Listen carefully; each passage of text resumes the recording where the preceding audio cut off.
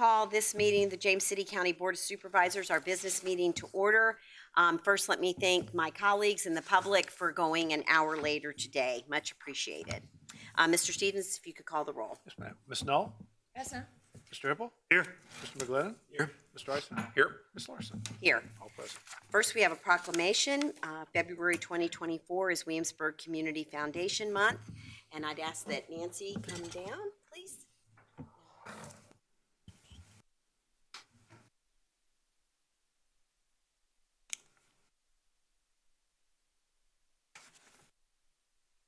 Whereas the proclamation is February 2024 is Williamsburg Community Foundation Month. Whereas the Greater Williamsburg Community Trust, commonly known as the Williamsburg Community Foundation, was founded on February 1st, 1999 by local community leaders with the purpose of enriching, enhancing, and enlivening the quality of life for Greater Williamsburg residents. And whereas hundreds of James City County residents, business owners, and nonprofit organizations have donated to establish endowments that improve the quality of life for our citizens. And whereas in 2020, James City County partnered with the Williamsburg Community Foundation to provide over $300,000 in grants to support James City County small businesses during the COVID pandemic. And whereas the Williamsburg Community Foundation has provided over $11.7 million in grants to support the arts and culture, children and young adults, environment and conservation, health and community wellness, economic mobility and senior services, and provided scholarships to Greater Williamsburg area high school students for their continuing education over 25 years. And whereas the James City County Board of Supervisors wishes to acknowledge the work of the Williamsburg Community Foundation in supporting the needs and improving the quality of life for James City County residents through its grant and scholarship programs. Now therefore be it resolved that I, Chair of the Board of Supervisors of James City County, Virginia, do hereby proclaim February 2024 as Williamsburg Community Foundation Month and call upon all citizens to join me in recognizing the impact of the Williamsburg Community Foundation on our citizens. In witness whereof, I hereunto set my hand and cause the seal of the County of James City, Virginia to be affixed. So congratulations. Appreciate it. Would you like to say something? Nancy Sullivan. Well, thank you so much for this honor. It has been a privilege to have been here I've been here for 20 years, but for the Community Foundation to be here for 25 to serve the citizens of our local community. And we look forward to being here for another 25. Thank you all so much.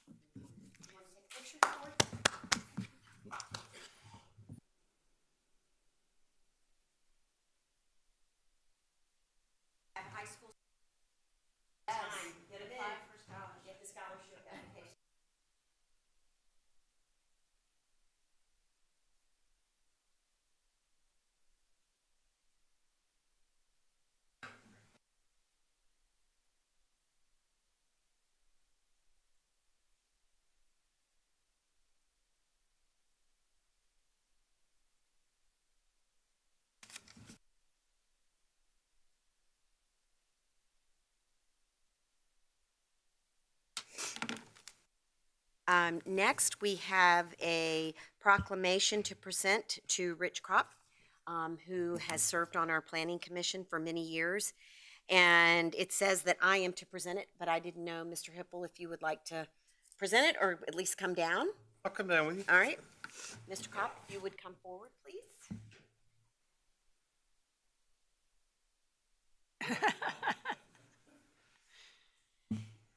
Whereas Mr. Kropp has served the citizens of James City County as a member of its Planning Commission from January 2007 to January 2024.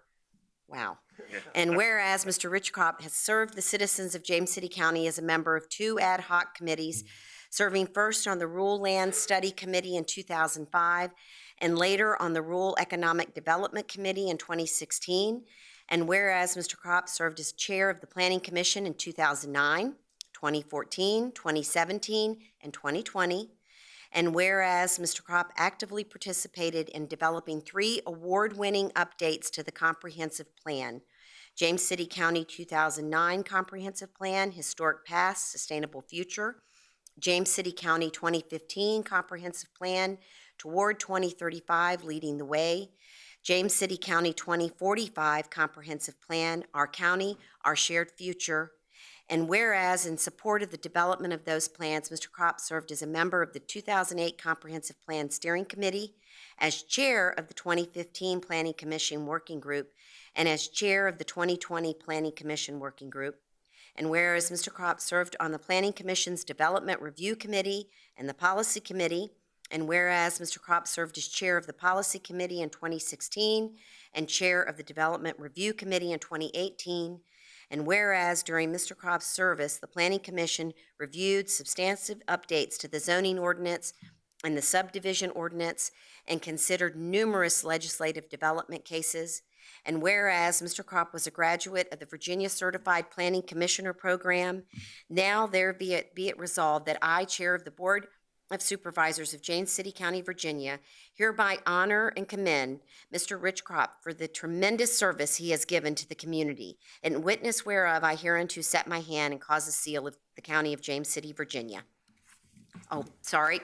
Be it further resolved that the Board of Supervisors of James City County wishes to express its gratitude and best wishes to Mr. Kropp in his future endeavors.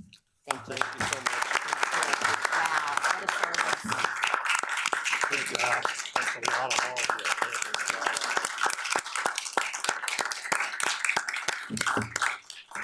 Well, Madam Chair, members of the board, thank you very much. I have to say it's been a real honor to have served the county over all this time, but I do want to take a minute and just make a couple comments. My colleagues a couple weeks ago gave me a really nice farewell, and I don't want to repeat what I said, but there are a couple items that I'd like to emphasize, and one is I'd like to thank you, the board as a body, for allowing me to stay as long as you have. And I specifically wanted to point out, to thank 3 supervisors of very differing political persuasions and personalities who have either appointed or reappointed me, and that was Andy Bradshaw and Jim Kennedy and our own Michael Hipple. And so thank you very much for putting your trust in me. I do also want to say that it's been such a privilege not only to serve the community, but also to work with the individuals, the staff, and the other people that we have. The professionalism is just tremendous, and their breadth of knowledge has been so helpful, and so that's very much appreciated. My colleagues, goes without saying, this is one of the things that I mentioned was that we have the ability to disagree when we're discussing items, but not have resentments. Once the vote's over, everything is professional, everything is collegial, and so that makes a real difference in how we go about doing our business. My wife's support has always been unwavering, and she's always been watching those countless hours of televised meetings, and I appreciate that. But the one thing I'd like to repeat that for anybody watching or for citizens out there, for 2 groups of people, whether you are not happy with the way things are and want to see a change, or whether you don't want to see any change at all, the words of advice are still the same, and that is get involved. There are so many opportunities to get on boards and commissions here in James City County, and I can personally attest it's so rewarding to be part of the process, you know, to at least be able to express your opinions, to work within the system, to try to bring about the change or not the change that you would like to see. And so I would recommend that to anybody. It's a very rewarding experience. And so on that note, I want to thank you all very much for your support. And it's been a real privilege. Thank you.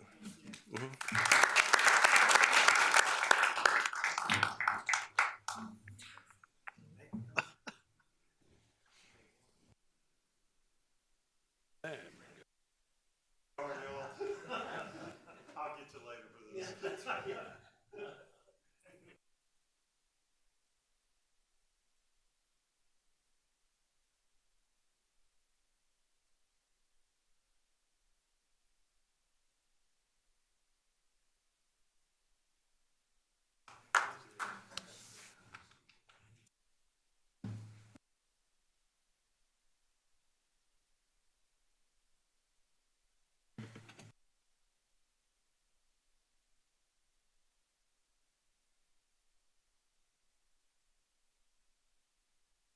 Both of those honorees have been a tremendous asset to our community. We're so fortunate here that we have people and organizations that want to do so much for other people.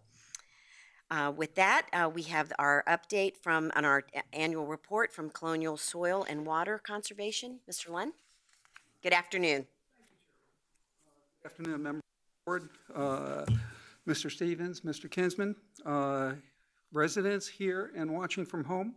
I'm Bob Lund. I'm one of two directors elected from James City County to represent us at the Colonial Soil and Water Conservation District. And I'll provide a brief report about Colonial accomplishments and efforts in James City. Our annual report for fiscal year 2023 should be at your desk and is available on our website, and I welcome your questions. Soil and water conservation districts are political subdivisions of the Commonwealth of Virginia, supporting and encouraging voluntary conservation efforts.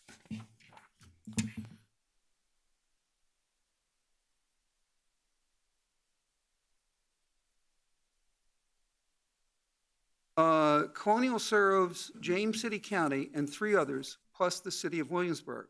Our 825 square mile district is home to about 175,000 people. Colonial complements agricultural conservation with increased urban and suburban efforts. Local government funding and grants enables offering our residents more than Virginia Department of Conservation and Recreation cost share programs. James City has about 3,150 acres of cropland. This program defrays cost of conservation practices on our farmland and enables us offering technical assistance. Facilitated practices shelter topsoil from erosion and reduce nutrient runoff into our watersheds, thus protecting farmland for future generations and our waterways for fishing and swimming. Reducing sediment and other nutrient fuels to our waterways diminishes incidence of algae bloom, which can cause fish kills and be toxic. You can see a significant increase in the amount of cost share money provided in 2023. More than 10,000 acres benefited from environmental improvement practices funded by Colonial over the past 5 years, most from these top 5. Especially nutrient management, which caused us to break the scale on the right. Otherwise, that acreage would blast through the top of the chart.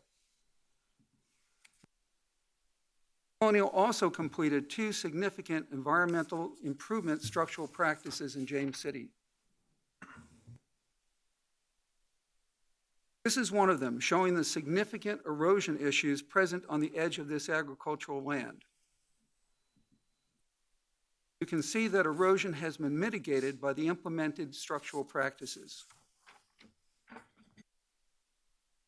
Colonial conducts 5 assessments on our agricultural lands annually under a cooperative agreement with James City County, supporting our County Chesapeake Bay Preservation Ordinance. Conservation planning to address Bay Act issues is an example of necessary technical support and training no longer state funded. Colonial facilitated Virginia's Dominion Envirothon, an environmental conservation competition for high school students, and again sponsored the Jamestown High School team at regional and state levels. Colonial also sponsored a James City student at Youth Conservation Camp, a hands-on outdoor learning experience for high school students at and around Virginia Tech. Through the Virginia Conservation Assistance Program, Colonial provides technical advice and financial assistance for adoption of non-agricultural conservation practices. Focus is on smaller projects than James City County usually does and can provide complementary cost-share funding to other programs, such as the James City Clean Water Heritage Program. In the last 5 years, $45,338 spent for conservation improvement by our homeowners, HOAs, and schools was matched more than 2 for 1 through this program. Practices redirect and or manage rainwater so it soaks into the ground improving groundwater reserves or use by plants, thus reducing stormwater contribution to floods, erosion, and pollution of our ponds, streams, and rivers. These were the most common practices in 2023. Funding carries a 10-year obligation, applicant to maintain and district to inspect. Environmentally responsible lawn care includes applying the right amount of fertilizer based on a soil test result and using irrigation systems efficiently to minimize wasted water. Just enough fertilizer improves swim and fish ability by reducing nutrient fuel stimulation of algae blooms in our waterways. 3 staff members are state certified in turf and landscape nutrient management. Since February 2019, Colonial completed 393 certified nutrient management plans for private properties and 41 for county properties. In 2023 alone, Colonial completed, and with the appreciated support of James City Williamsburg Master Gardener volunteers, Turf Love teaches homeowners how to maintain their lawns in an environmentally responsible way. This public education event provided attendees with sustainable lawn care advice from regional turf experts last year. During it, we honored founder Bob Winters to celebrate all he has done for the program. Turf Love hosted other public educational events focusing on responsible and general lawn care throughout the year.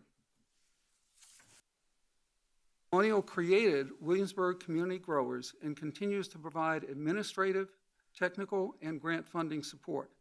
This community garden and teaching farm between War Hill High School and Williamsburg Indoor Sports Complex educates about benefits of producing and consuming locally grown produce, conservation practices, and provides 100 gardening spaces.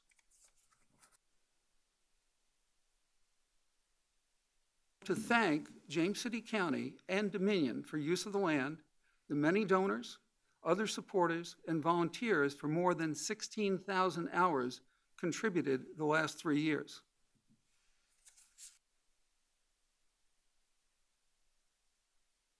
Also, dozens of field trips and educational opportunities with our schools were facilitated and real conservation opportunities to protect our natural resources demonstrated. We appreciate James City County's support for these programs, which so far this fiscal year facilitated Colonial and James City making 17 site visits, almost double visits last year, completing an inspection and Virginia Conservation Assistance conservation landscaping project in Toronto, with applications for more projects under development, in fact 3 being considered tonight, preparing 35 Turf Love nutrient management plans with more underway, and 3 Turf Love educational events. Colonial staff work closely with staff from James City County Stormwater and Resource Protection Division and James City Service Authority to ensure county funds are used efficiently and effectively to best serve and support our residents working towards conserving their surrounding environment.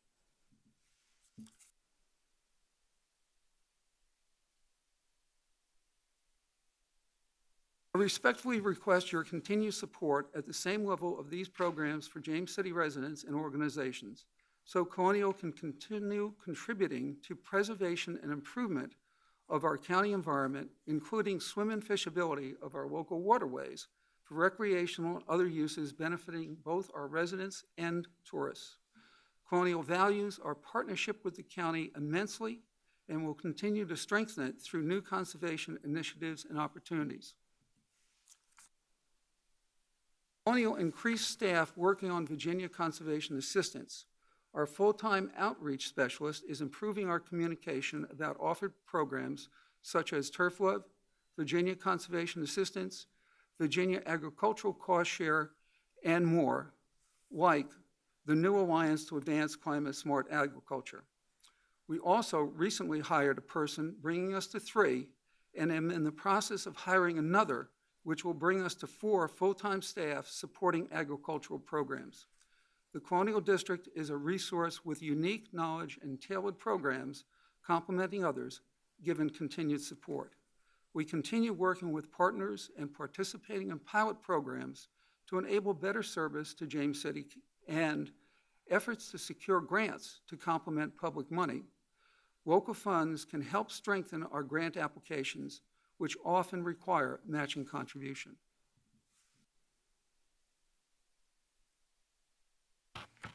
In closing, I want to again thank James City County Stormwater and Resource Protection and James City Service Authority for their support over the years, all our other partners, program participants, and volunteers who so generously give of their time. This concludes our presentation. Are there any questions? Thank you for your attention. I don't have any questions, but I would like to commend Mr. London and the Soil and Water Conservation District for the great work they've been doing. With relatively limited resources, making the greatest advantage of all of that over the last several years. We've seen some real improvements and great additional asset for some of our environmental goals. Thank you. Thank you. I mean, I have the luck of working with a great team on the board over the years, and, really marvelous staff. And, our staff makes all the difference, just as the James City County staff. Thank you again. Thank you. Okay, with that, I'll move to the consent calendar. 1, appointment of Assistant Fire Marshal and authorization of fire prevention powers. 2, contract award annual job order contract services. 3, contract awards annual stormwater construction and repair services. 4, contract amendment Tyler Technology. 5, fitness court grants Williamsburg Health Foundation and National Fitness Campaign. 6, grant award for $95,594 Commonwealth's Attorney V-Stop Grant Program Fund. 7, minutes adoption. 8, resolution of Chesapeake Bay Preservation Ordinance violation at 3520 Barrett's Ferry Drive. 9, resolution of illicit discharge detection and elimination violation at 4540 Casey Boulevard. Does anyone wish to pull an item? So I would like to pull, if I could, 1, 3, and 5. Actually, I'm okay if somebody wants to make a motion to approve all of those. I would just like to hear more on those 3 items. And with Is there a that, motion? I'll be happy to move the consent calendar. Thank you. Mr. Stevens? Ms. Knoll? Aye. Mr. Hippel? Aye. Mr. McGlinnan? Aye. Mr. Eisenhower? Aye. Ms. Larson? Aye. Motion carries. Chief Ash? Just introduce your appointee.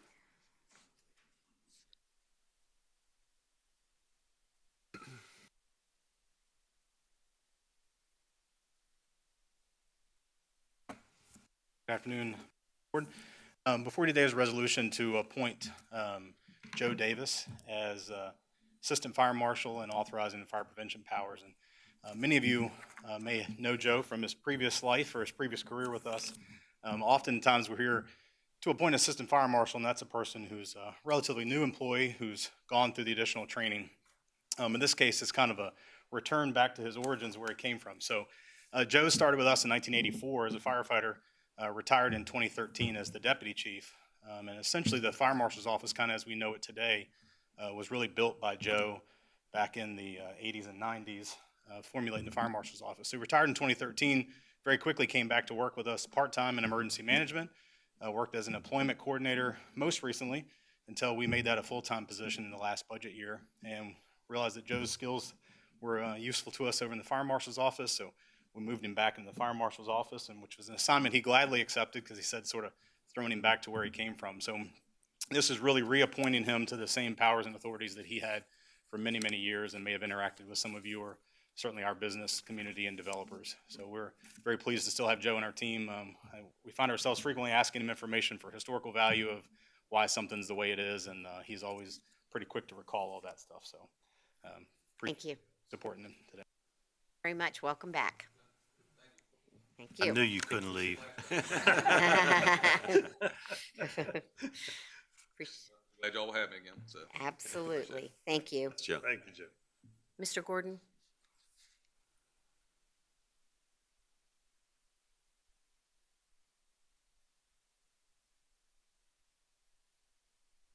Just real quick, just what this is, because stormwater is such an issue here. I just So before you today is a resolution for annual services award contracts.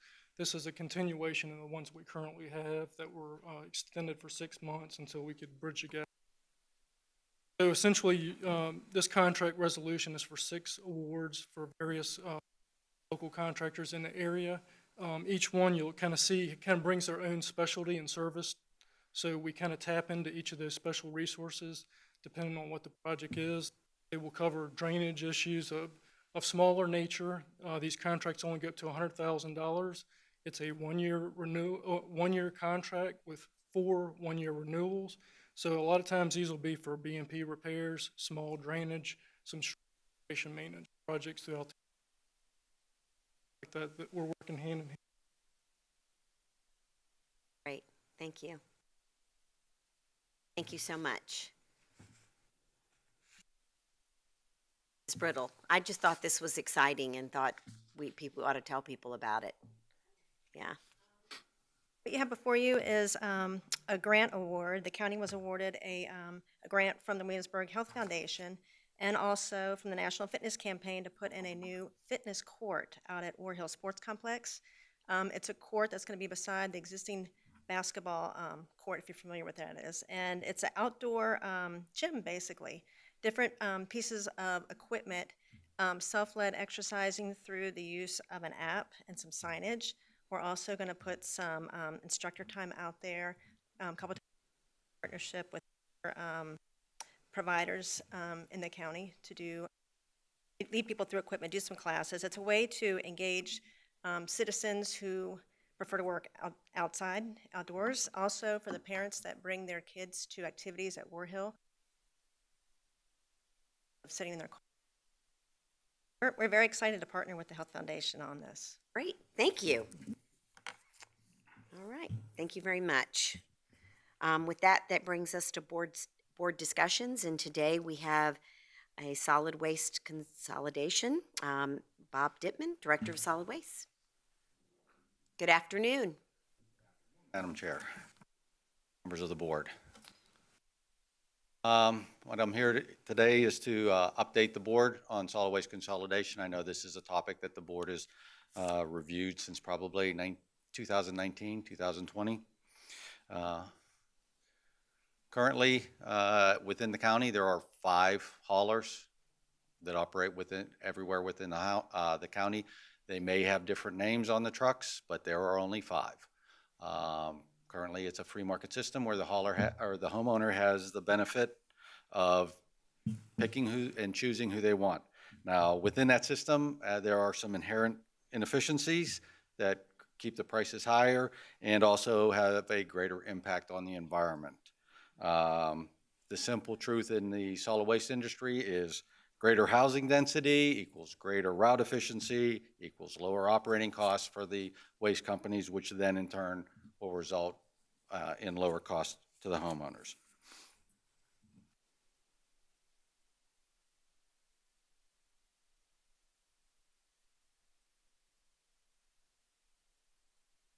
So another way to think of it is bundling.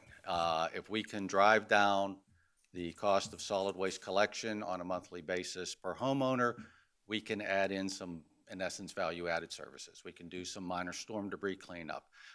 We can add in there the cost of recycling. We can get uniform vehicles, uniform containers, one truck in one neighborhood on one day of the week. Not in some cases, there's 3 different trucks on one street on the same day. Why hasn't this occurred sooner? Change is difficult, and this has gone twice.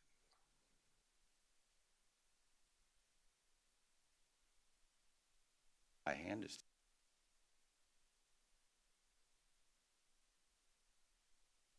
Why isn't it done sooner? Change is difficult, and the rules contained in VA Code 152934 makes it cumbersome. There are quite a few hoops that the county has to jump through in order to put this process in place. First and foremost is holding a public hearing and providing notice 45 days in advance of the public hearing. And that is actually the first and foremost thing that has to happen. And in essence, we have to wait 5 years after that. Just the way the law was written, I believe the solid waste industry likes it that way. I believe there was discussion in Richmond about trying to shorten the 5-year window, and it was shot down quickly. So the effect of delaying the consolidation, there's annual rate hikes, I think, for every homeowner. And that will continue. There's, in essence, there aren't contracts. There's still multiple haulers. You're going to have greater wear and tear on the roads of the county. You have a limited ability to regulate open burning when you don't have a solid waste management ordinance, and illegal dumping will remain an issue. Benefits to it. If we can maximize the housing density, then we can drive the rates down because it'll be more efficient for the waste haulers to come in. The county could act as a single point of contact for complaints as well as billing. If the solid waste haulers don't have to bill each individual homeowner, their costs go down. So then we can pass those savings along to the homeowners. We can ensure that every homeowner is getting the same rate, the same quality service throughout the county. And again, we can provide some of the minor storm relief. We can add in some additional benefits, probably near what most homeowners are paying right now for solid waste collection alone. I've visited 14 different localities, and the ones that have solid waste consolidation or some way to manage solid waste within their boundaries all have lower rates for below $30 per house per month for solid waste and recycling. Outside of Richmond, the Central Virginia Waste Management Authority grouped 4 localities together, and their rate for solid waste collection was $16 per home per month. So there is savings when you can create the density. Once should the council determine or decide to move forward, there's a lot of work that has to go on and it's really within a 3-year period, because at the end of 3 years, the county would need to make a decision on whether they would want to look at providing the service themselves or contracting it out. If the county was desired to provide it themselves, you're looking at about 18-month to 2-year lead time for collection vehicles. So that's why I'm saying about 3 years out, we would need to make a decision. For if we were going to privatize it or franchise it or contract it out by area or countywide, again, you're going to need to figure out the most efficient areas if we're going to group them, do the RFP, and then review it and make a decision. So again, the actions after the public hearing, that is all things that just have to take place once there's a public hearing. Nothing can occur until the county would authorize the county attorney to advertise for a public hearing. It has to, and we have to notify the public and all potentially affected haulers 45 days prior to the hearing. So my estimate is that March 26th would be the earliest that we could probably have a public hearing. So it's one of those things that the sooner we start the clock, the better, if the county so desires to continue to move forward on solid waste consolidation. Any questions? I will just say right now, I pay $35 a month for my trash. I've been with the same provider for about 30 years, and I pay $21 for my recycling, so quarterly. So that's my cost that I mean, that's once a week getting trash pickup. Issue is every homeowner, they need to make money on every account. Whereas if it's if it's the county as a whole, they only need to make, only need to turn a profit on the county. They don't need to make 20% off of you, 20%, and that's why you get the variations. Plus, if they're able to service more houses in a smaller area, it makes it more efficient for them. I will also say that I have received several emails in favor of, people have been paying attention to the trash consolidation. I've received several emails in favor of trash consolidation. I've not received anything against. Doesn't mean it won't happen now, but just stating for the record. And I know that the one thing that we've always gotten a lot of pressure on is the storm debris cleanup, because our neighbors are able to do that in York because they provide this. We've not been able to do that. Yes. So, And I don't want to say, I'm going to say it. The Newport News, they have the same number of grapple trucks to go and do bulk pickup, storm debris pickup, as they do trash trucks out there. And they run routes every day, every week. I'm not sure that we want to be in that position. right. But I believe that we can do about 1,500 bulk debris, however you want to look at it, pickups per year with two trucks, full-time drivers. Right now, we do them with the staff that we have at the convenience centers. Is there does the board wish to proceed with scheduling a public hearing on March 26th? I would. Yes. I'd move forward on. Vote on that? Just schedule the public hearing. All right. We'll move forward with scheduling the public hearing. Let's do it. And the other thing is that 45 days prior, we also have to notify all of the affected haulers, which there's all of 5. Adam, notify the 45 days prior. It's very detailed in the VA code of what we have, the hoops we have to jump through, so. All right. Thank you. Which I know So, can I county just- attorneys are well Can I aware just of. ask a question or two? First question that I have really is,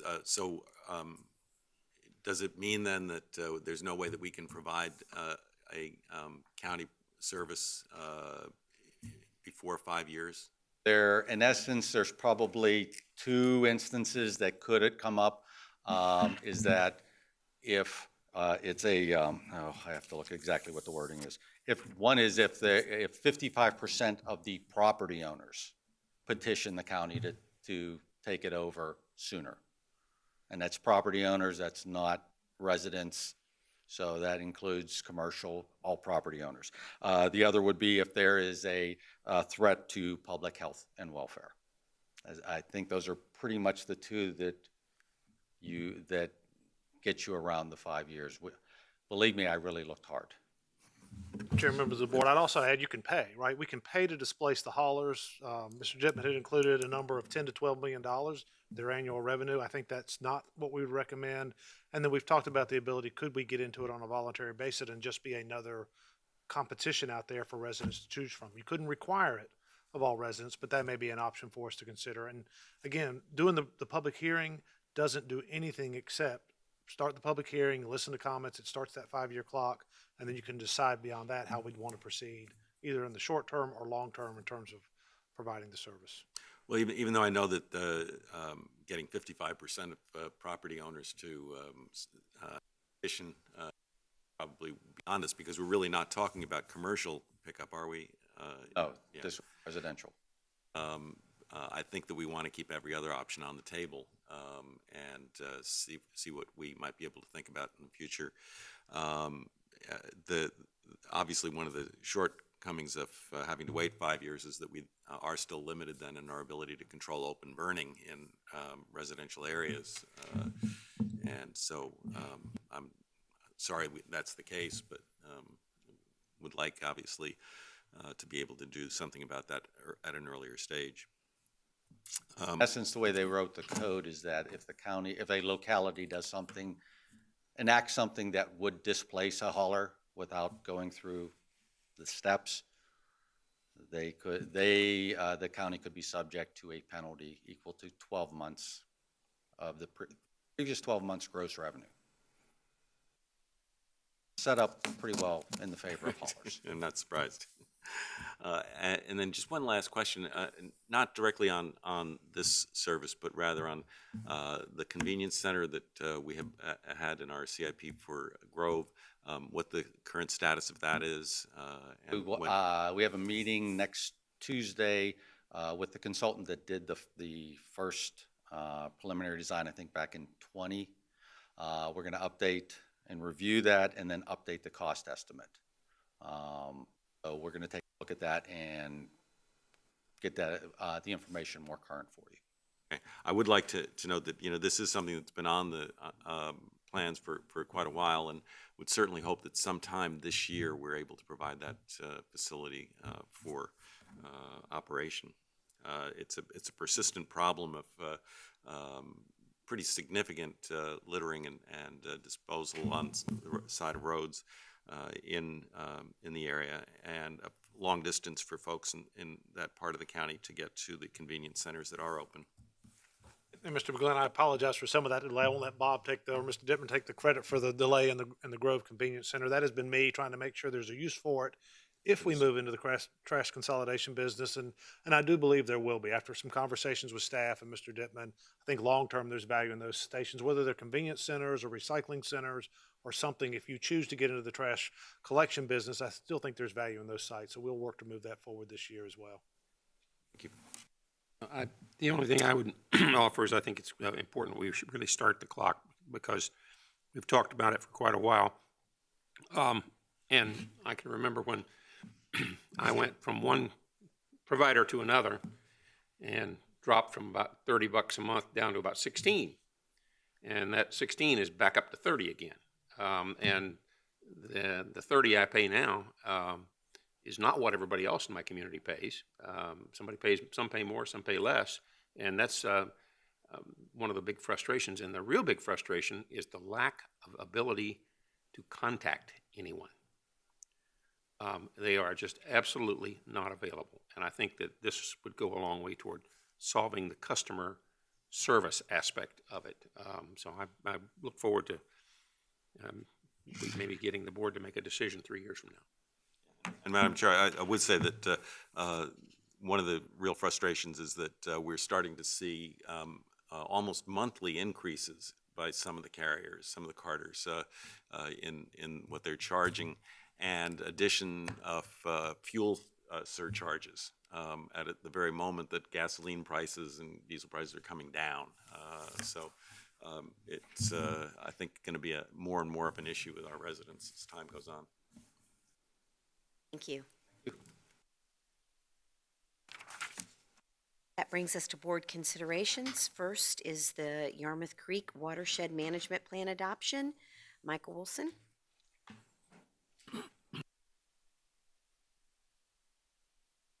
Afternoon. Good afternoon, Madam Chair, members of the board, Mr. Stevens.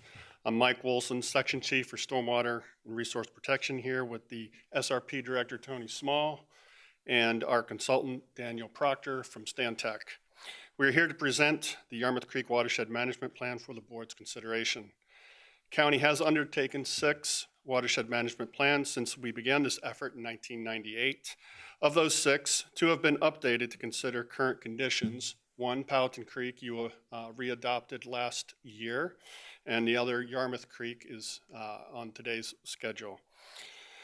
Yarmouth Creek Watershed Plan is similar to our other approved plans in that it encourages improved management of the county's resources through development and private property owner incentives. Yarmouth Creek Watershed, located in the southwest portion of the county, is the second largest watershed in the county and is divided into 10 subwatersheds. Stretches from the headwater subwatersheds west of Route 60 and south of Forge Road, draining into the Chickahominy River, and encompasses the Little Creek Reservoir area and Chickahominy Haven. Watershed Management Plan identifies environmentally sensitive areas and develops specific protections, restoration, and infrastructure retrofit recommendations. The plan also identifies watershed restoration opportunities, including the potential projects for the county capital improvement and maintenance programs. We are happy to answer any questions you may have after this plan has been presented by Mr. Proctor, and we do recommend adoption of the resolution. Thank you.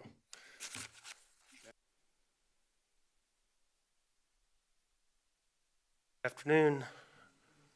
We have a few summary slides just to go over the content of the plan and some of the process that we followed in its creation.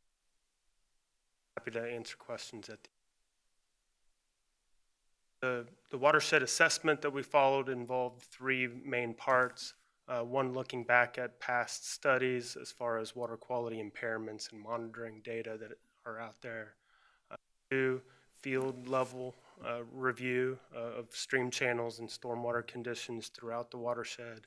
And then third, a series of desktop level analyses that we. Few of the key findings in each of those areas. As far as monitoring data, the watershed is impaired for bacteria, similar to a lot of the local watersheds.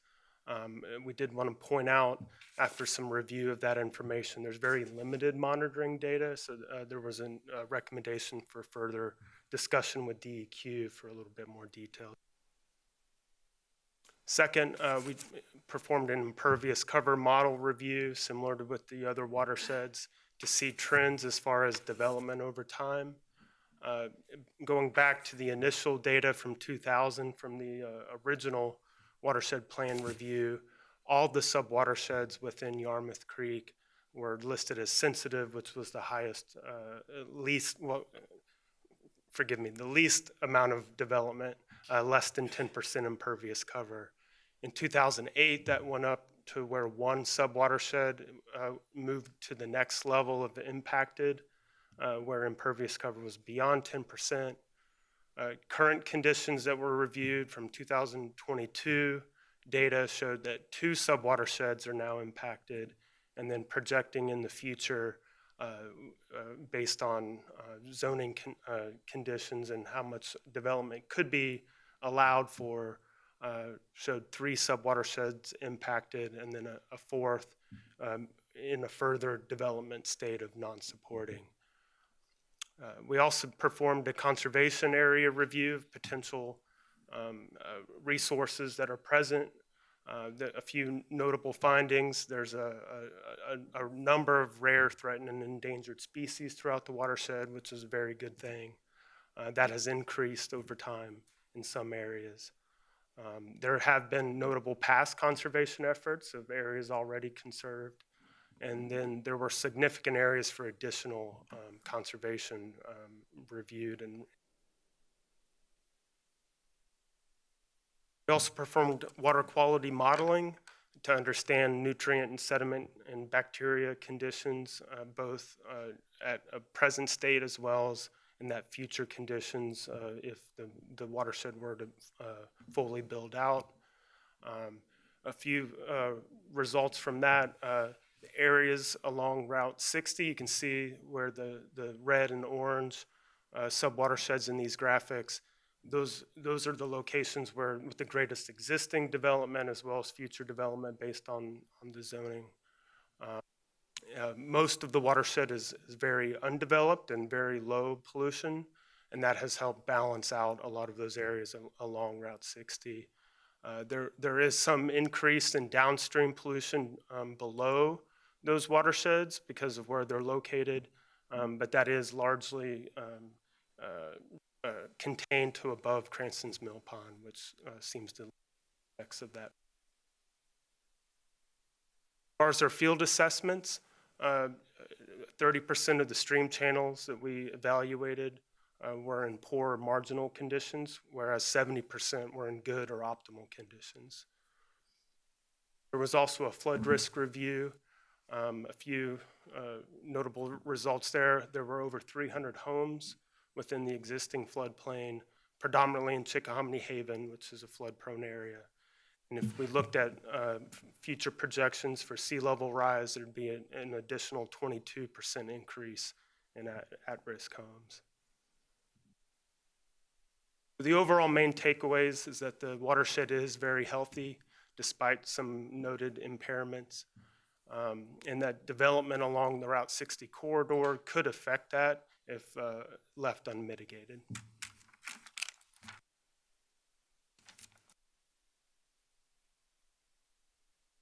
The plan also included a number of recommendations.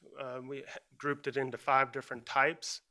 Stormwater treatment practices that could be evaluated and implemented, programmatic solutions similar to what the county's already doing and building off of that, potential regulatory or enforcement actions, floodplain management related recommendations, and then public outreach. A couple examples of each of those. On the regulatory enforcement side, similar to what we shared during the Powhatan plan, was a recommendation to improve the special stormwater criteria. An example of the programmatic efforts is to expand the land conservation efforts that are ongoing, as well as continued septic system cleanouts and inspections and repairs. Example of education and awareness, increasing the pet waste reduction methods, the awareness of having to clean up the pet waste and opportunities for residents to have access to those pet waste stations. Example of the stormwater treatment practices are some targeted stream and stormwater improvements in some of those subwatersheds with the greatest issues. And then examples of the flood management recommendations included both increased communication with some of the major dam owners within the watershed to address some of the hazards associated with the dams, as well as exploring opportunities to inform residents of outside funding they could seek to help flood-proof their homes.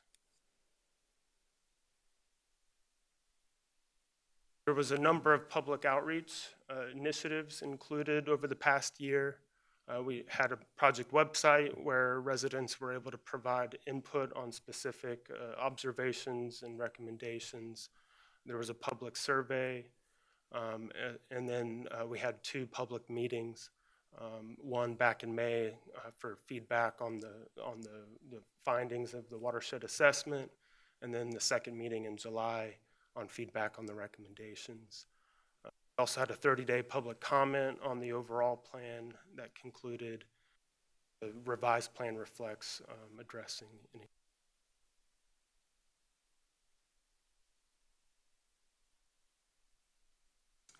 I've got a few. Yeah. I read the report, and there's a lot of information and a lot of pages in this report. It's a good report, but dealing with some of the things that we're up against. One, like take for instance, poor soil for septic tanks, and we have lots that are already approved, and lots that will eventually have septic tanks because they can't connect. They're further out and they can't connect to our sewer lines that are out there. And what we've run into is now we've allowed a direct discharge because it was the last resort in this issue. And the water, when it comes out, is supposed to be drinkable, but I'm not going to drink it personally. But you know, as we go through more development and people want to build on our lots and that's why it puts this group, this board, in a kind of a hot seat, because first off, it shouldn't have been approved for the soil conditions, but it was approved before we were on the board. Second off, I bought the land so I could build on it, and now you're telling me I've got poor soil and I can't get even an alternative septic system to work, or the one that I've got working now is failing, and this runoff is going into our streams. So we have land that has not been developed that we know is of poor quality. But then if we say you can't build on that, then the homeowner is going to come back and say, well, you're taking my land. This was where I was putting my dream home. This is what I was getting ready to, you know, build for my retirement home. And now you're telling me the soils are so poor that I can't build on this property. So how do we navigate that piece of property really won't, so it'll support a house, but it won't support a septic, so it won't support a house. But I can't legally tell you can't put a house on it, because then I'm taking your land, in which really I'm not taking your land. So it's and I think all this ties into all these water projects that we're looking into to protect our waterways and everything else. So as a board, and I've got a ton of different questions on the whole issue, because, you know, we're wanting to protect our waterways. We want to have fresh, clean water. We want to have the animals that are around the water, but we also in turn have to protect landowners' rights. And the balance between those two is very difficult. I know for me on this board, and some of the rural lands that were approved years ago that you could build on, but now all of a sudden you can still build on it, but with an alternative system that may or may not work. And we've seen one, and there's a couple that haven't. So, you know, it leaves us with the thing, do we as a board, in order to protect our waterways, buy these lots that we know eventually are not going to perk or won't sustain a 20 or 30-year house? And then, you know, like I've said, you got people that want to build a dream house or retirement. Should we start now about talking about bad soils and soil conditions and possibilities, because we want to protect this, but you build the house is going to cause us more money, and not only cause our citizens more money for somebody to build a house than it'd be worth in the long run. So the citizens are going to feel like it's government coming down telling them you can't do certain things. And I know this a lot, and I'm not going to look for answers on all of this, but I'm kind of giving thought for our board to start thinking about, because the people that bought these lots were never told, look, you're buying on poor soil. This soil won't perk, or if it does perk, it won't perk to a 4-bedroom or 3-bedroom house. And at the time that they were all cut up, they were thinking of cottages in there. Now they're building $1 million houses there. Cranson's Mill Pond, you mentioned that in the report being part of it. And Cranson's Mill Pond, every time we have a significant rain event, it's going over the dam. It's 2 or 3 foot of water, and it's brown water that's going across there. And I know sometimes it's just the color, it's not the sediment and all that, and some help, some don't. But it's due to development upstream, and, you know, up from Cranson's Mill Pond, and I won't name anything, but there's a large development going on that's been going on for years. And, you know, so that is contributing into some of that, even though we're doing everything we can, and they are too, I'm sure, of what we're requiring to protect. So I'm not faulting them. I'm just saying during some of these storms, you get this. Right now, we're getting it at Route 60 and Croker Road. You can ride through there in a rain event, and there's more mud going across the road than anywhere else. And it's due to the development. And I'm not blaming anybody who's building out. There's a lot going on in that area, several different contractors and all that. But the pond over there near the candle factory is a mud pit. And I know it's a glorified now BMP to help protect the stream down further down. But those are all the issues that we deal with, trying to protect and want to protect our waterways. And it goes back further than, some things that we can stop. So if you have any advice on, or could tell us later, I'm not asking for today, and that's a lot of information.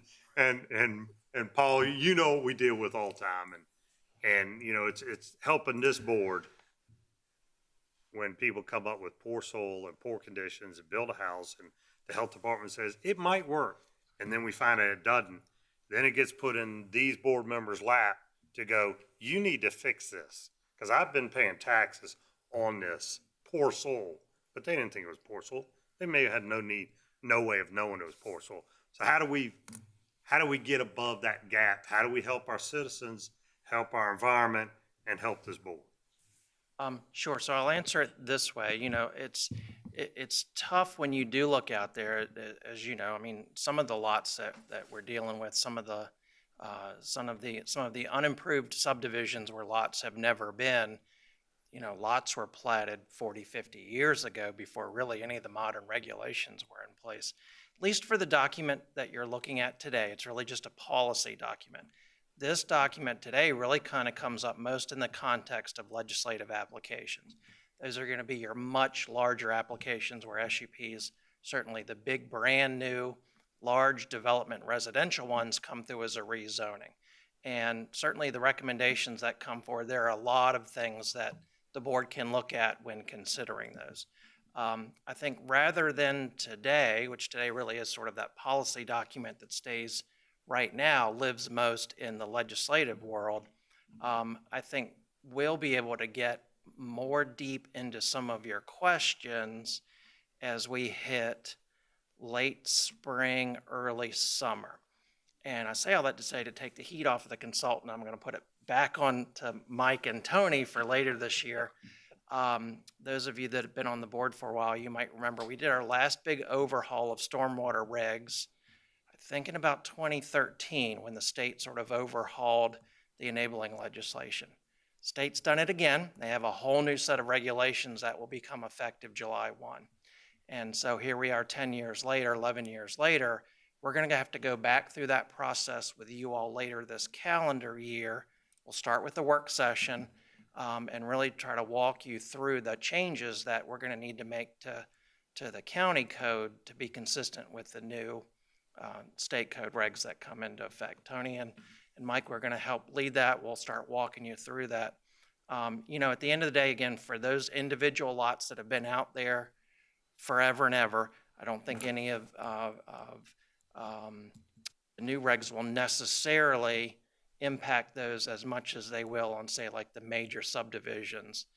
But some of the by right lots, you still have a lot of vested ability to keep doing that.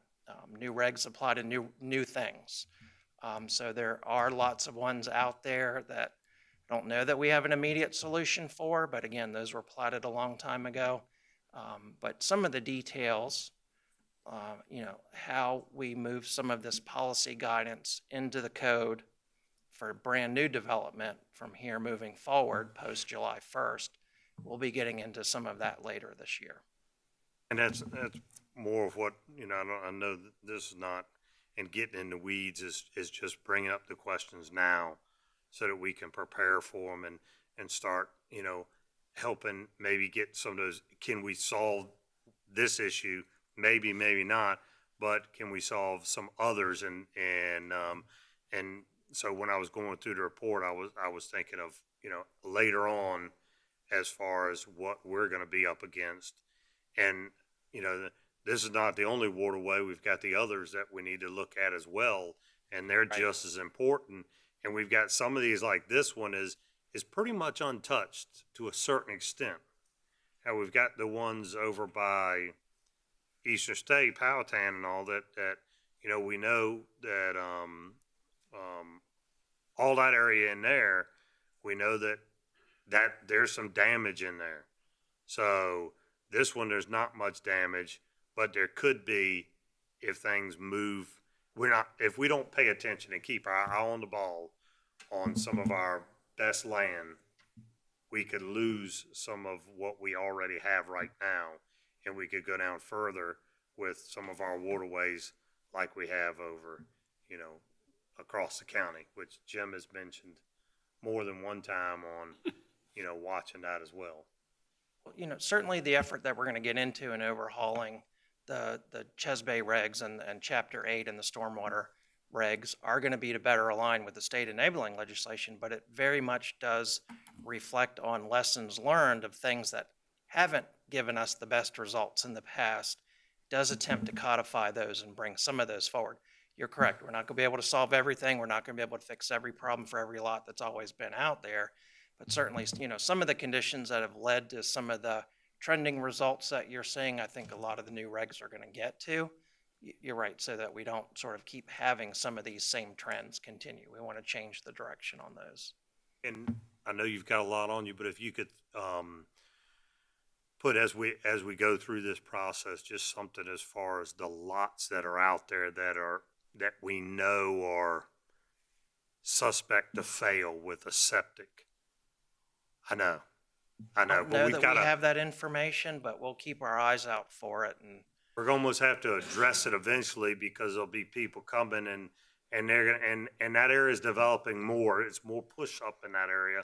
So I'm worried about it, and a lot of it's in my area, and I'm worried about, okay, hey, you're doing a land grab, and they're gonna blame the county for, I've got poor soil, but I never knew it, and they did.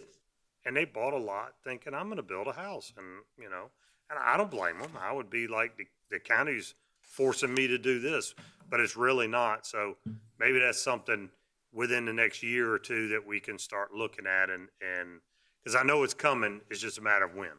also a really difficult problem to diagnose when so much of the approval authority rests with the state health department. We're only in it a little bit, because really the design and approval, as you know, is with sort of the private sector. Health department pushed all of that design and figuring out those solutions on the private sector for them to issue the permits. We'll keep our eye on how we can get to it if we can, for sure. This will be my last one, gang. Okay.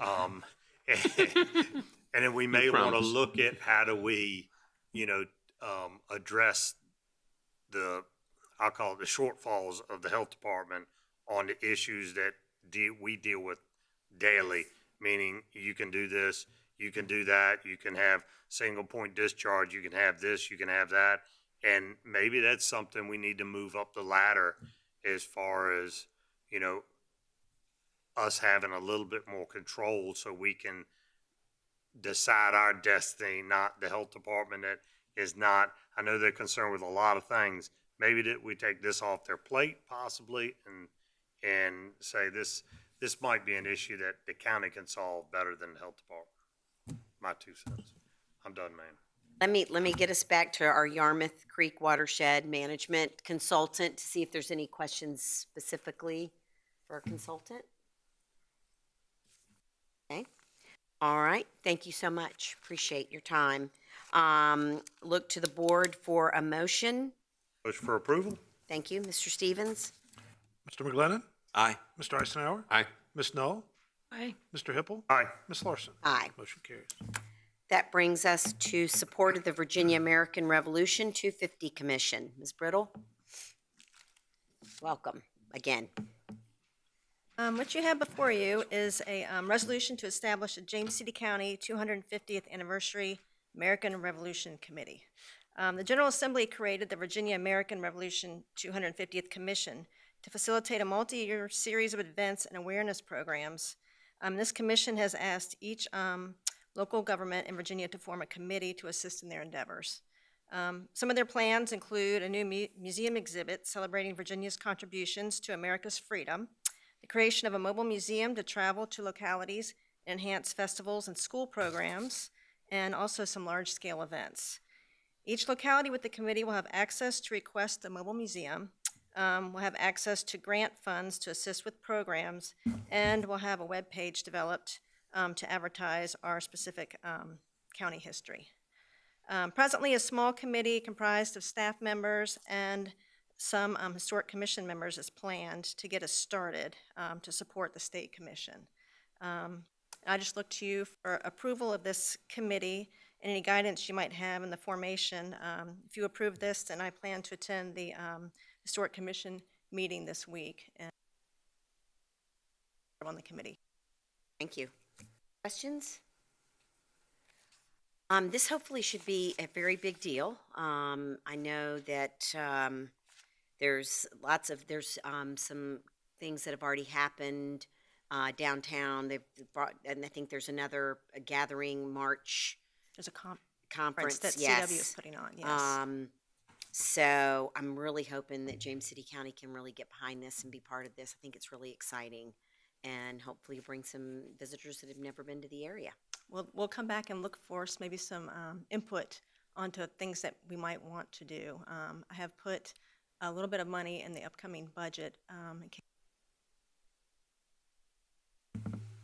Plan to see about getting the mobile museum to come to James City County Great. Festival or Good. I know it's a big part of our, go ahead. I think if we do something, it ought to be big. I mean, it ought to be. It ought to be. I mean, this is where everything started. You know, we should tout, we should tout our horn and not be following behind anyone. We should lead. We should be the dog and lead the parade. So I think we need to get out front and do something. And That's this my is a big part of the Visit Williamsburg CEO search. This is a big line item in that, looking for somebody that's really going to help the area, the three destinations. market. Yeah.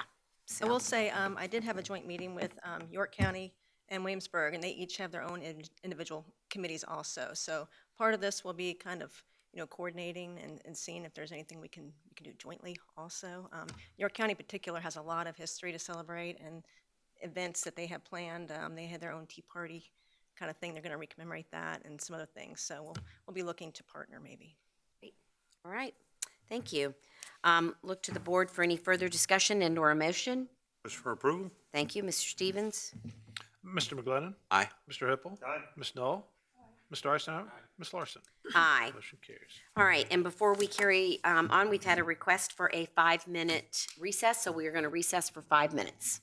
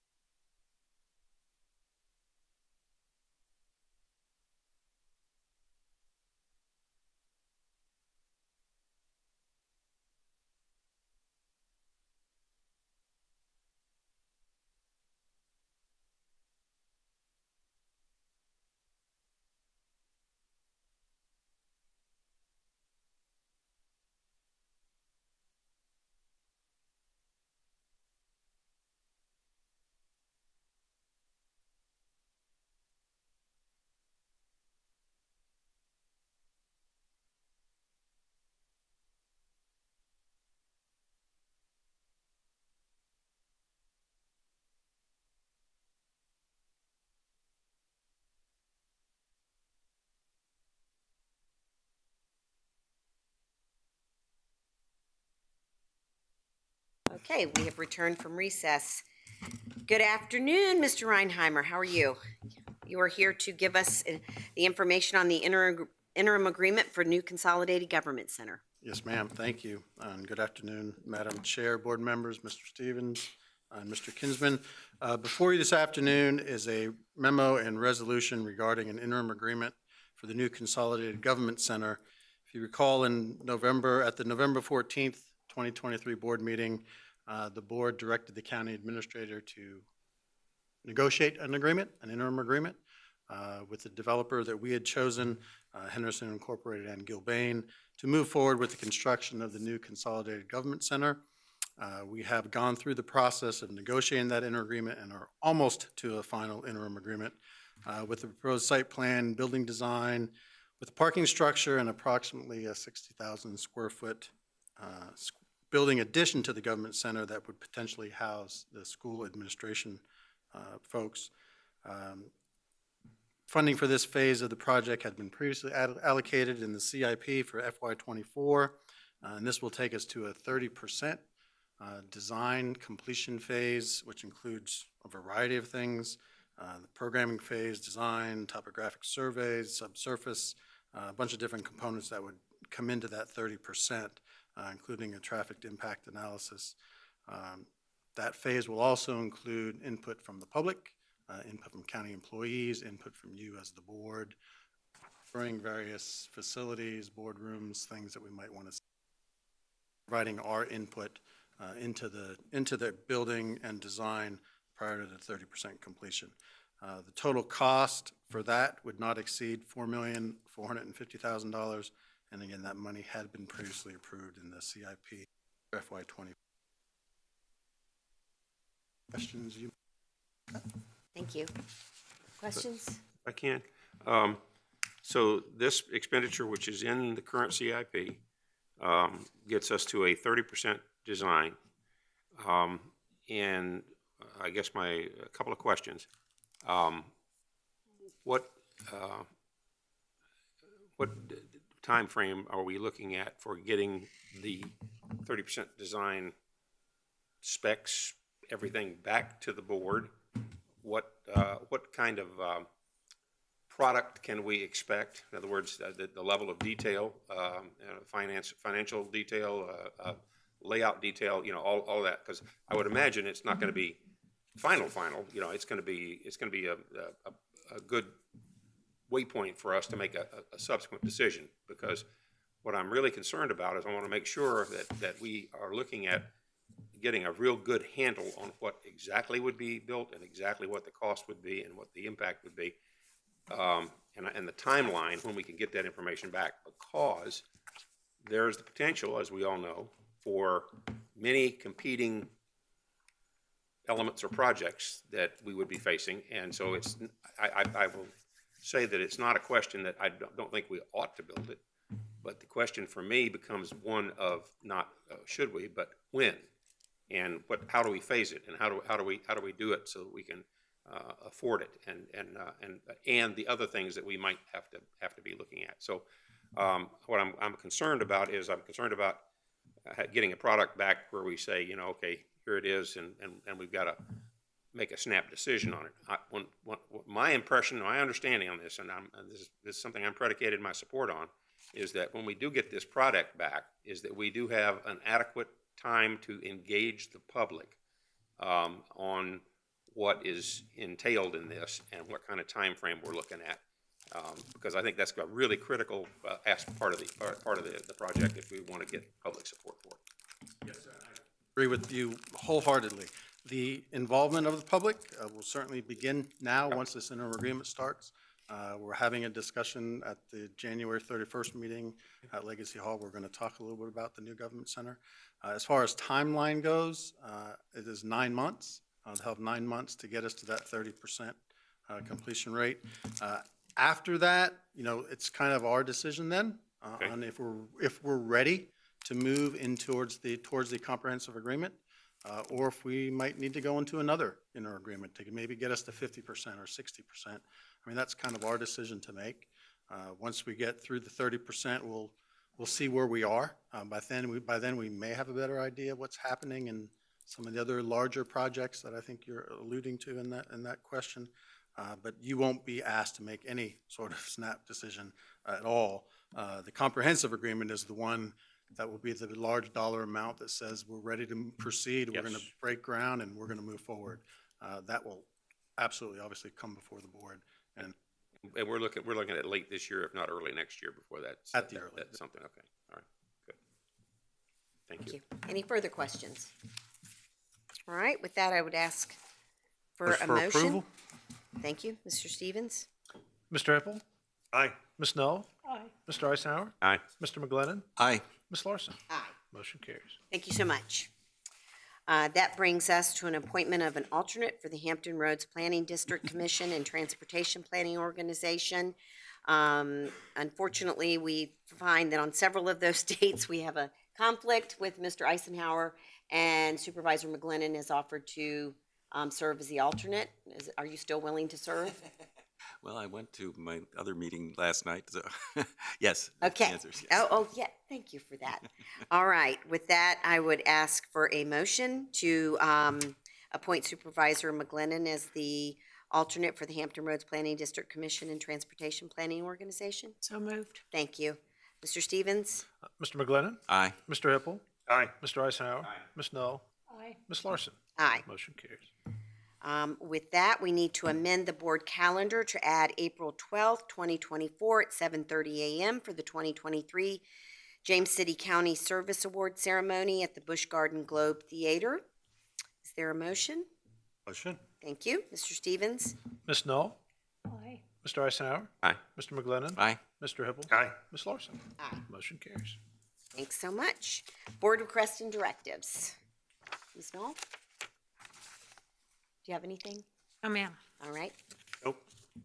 Just want to mention that I had the opportunity to attend the Martin Luther King AXO luncheon last weekend, and enjoyed the ceremony very much. It's an opportunity to recognize young people in the community, high school students from all of the regional high schools who are selected from each of the classes, freshman, sophomore, junior, and senior, to recognize their academic accomplishments. And so it was very inspiring event.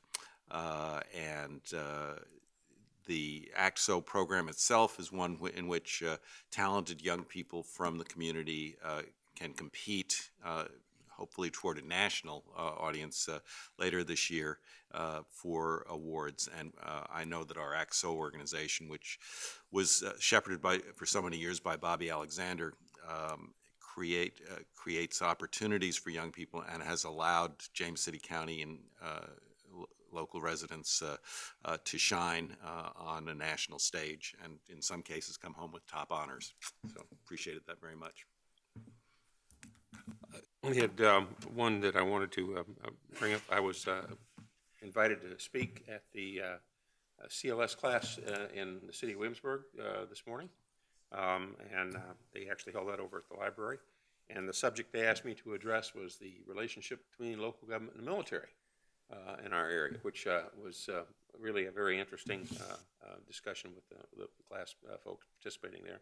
So I guess it's part of the Chamber's program that Mr. Kinsman's involved with tangentially, and so I really I think that was a very, very helpful for the group. I think we talked to a lot of folks today, and again, as usual, nobody knows whether they're in James City County, York County, or the city of Williamsburg, wherever they're located. So Yes. therefore, it's pretty much a regional approach. I represented the board at the Day of Racial Healing, held at Legacy Hall last week, and presented a resolution. I think they said there were maybe 12 people, and it was a potluck, and it was a full room at Legacy. So it was a very nice event, and they had speakers, and they recognized some game changers in the neighborhood. I think they in the neighborhood. I apologize, in the area I was really pleased to represent our board there. The only thing, Mr. Stevens, is our resolution was this big, and the city of Williamsburg came with one that was 16 by 20. I mean, I don't know. We're going to have to start finding out. We're going to have to get a spy over there so we know when to show up with a frame. Just the other thing was just to mention again that the Visit Williamsburg CEO search is underway. If anyone local is interested, they can reach out to me on my county email, and I will get you situated with the search firm. The gentleman was in town last week. He had an opportunity to meet with our county administrator, the city manager, and the interim county administrator for the county of York, and then talked with other stakeholders here in the board, the Tourism Council Board. So we're well on our way. He met with Mayor Pons and I last evening, and was going to get it out today, I think. So,